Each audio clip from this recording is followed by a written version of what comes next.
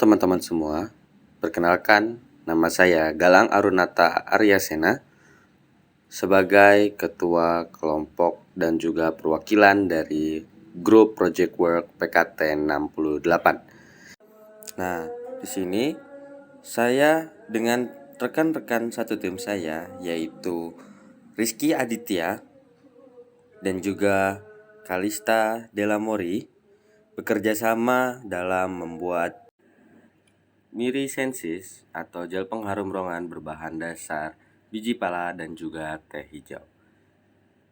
Baik, di kesempatan video ini saya akan menjelaskan mengenai pembuatan dari proyek kami yaitu gel pengharum ruangan berbahan dasar biji pala dan juga teh hijau. Baik, sebelum lanjut kepada proses pembuatan, jadi sampel yang kita gunakan ini karena biji pala dan juga teh. Nah, biji palanya itu pertama itu kita keringkan dulu supaya dia tuh tidak mengandung kandungan air. Yang kemudian setelah kering kita hancurkan menjadi bubuk. Nah, setelah menjadi bubuk, nah baru kita jemur lagi hingga benar-benar kering. Seperti itu. Nah, untuk bahan yang kedua, saya menggunakan teh hijau. Nah, teh ini memiliki jenis Camellia sinensis atau benar-benar teh hijau. Nah, kedua bahan ini nanti akan kita perlakukan menggunakan metode maserasi. Untuk biji pala, kita akan maserasi menggunakan alkohol 98%. Dan untuk teh hijaunya, kami akan seduh seperti biasa menggunakan air panas yang kemudian kita diamkan sambil dikocok selama 3-5 hari. Begitupun juga dengan biji palanya. Baik teman-teman semua, selanjutnya saya akan memperlihatkan ke teman-teman semua untuk proses maserasi. Jadi sebelum melakukan proses maserasi, pastikan teman-teman semua memakai APD yang diperlukan agar melindungi diri kalian dari hal-hal yang tidak diinginkan. Jadi, untuk yang pertama, kita akan menimbang bubuk biji pala yang sudah dihaluskan dan juga yang dikeringkan ini sebanyak 200 gram yang nanti akan kita larutkan atau kita maserasi menggunakan 1 liter alkohol 96%. Nah, yang kemudian untuk tehnya, untuk sampel teh, kita akan menimbang sebanyak 250 gram yang kemudian dilarutkan menggunakan air panas sebanyak 1 liter. Nah, baik teman-teman semua, selanjutnya setelah kita menimbang biji pala sebanyak 200 gram dan juga teh sebanyak 250 gram, selanjutnya kita masukkan ke dalam wadah ini. Kita menyebutnya untuk wadah maserasi untuk biji pala dan juga teh, yang kemudian masing-masing untuk biji pala kita tambahkan alkohol sebanyak 1 liter dan juga untuk tehnya sebanyak 1 liter air panas yang kemudian kita maserasi selama 3-5 hari dengan sesekali dikocok. Baik, setelah bahan baku selesai dimaserasi selama 3-5 hari, tahap selanjutnya adalah penyaringan. Penyaringan ini dilakukan untuk memisahkan filtrat dari ampasnya, baik biji pala maupun teh.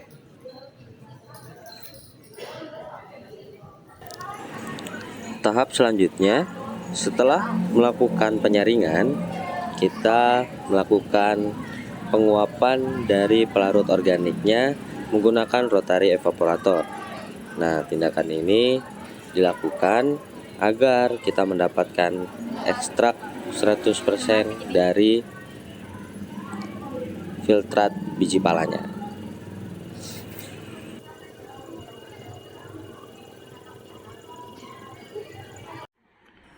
Baik, selanjutnya adalah proses menimbang karbomer.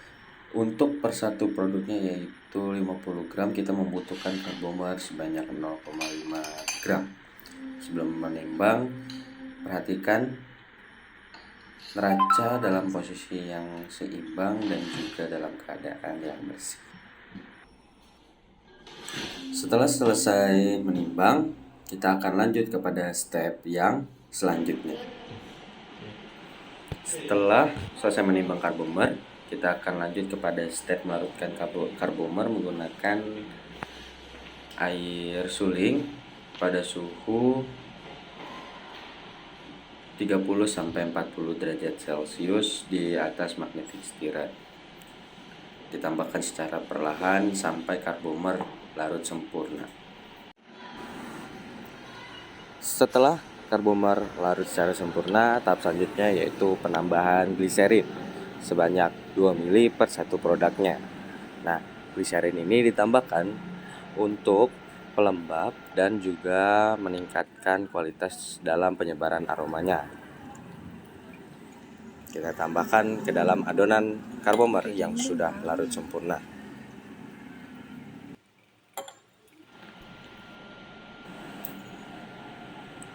Tahap selanjutnya adalah pembuatan sumber aromanya. Nah, di sini kami membuatnya dengan cara menambahkan teh sebanyak 2 mili yang kemudian ditambahkan polisorbet sebagai emulsifier atau jembatan untuk senyawa polar dan juga non polar, yang kemudian kami menambahkan minyak esensial secukupnya, minyak esensial biji pala, teh, dan magnolia untuk menetralkan wangi dari si tehnya. Kemudian kami menambahkan ekstrak pala yang sudah kita evap sebanyak 0,5 ml.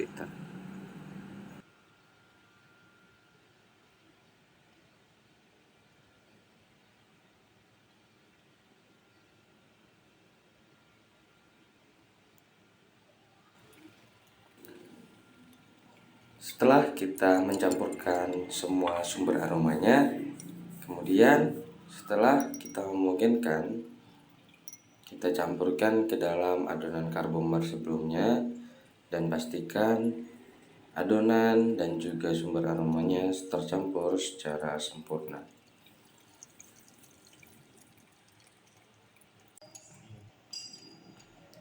Setelah adonan karbomer dan sumber aroma tercampur secara sempurna, tahap selanjutnya adalah penambahan pengawet.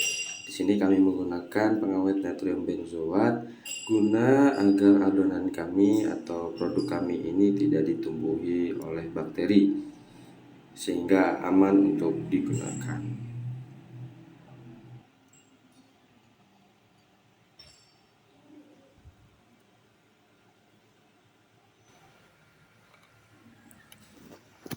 Setelah pengawet natrium benzoat larut secara sempurna, selanjutnya adalah menetralkan pH dari adonan kita atau adonan pembuatan pengharum ruangan berbentuk gel.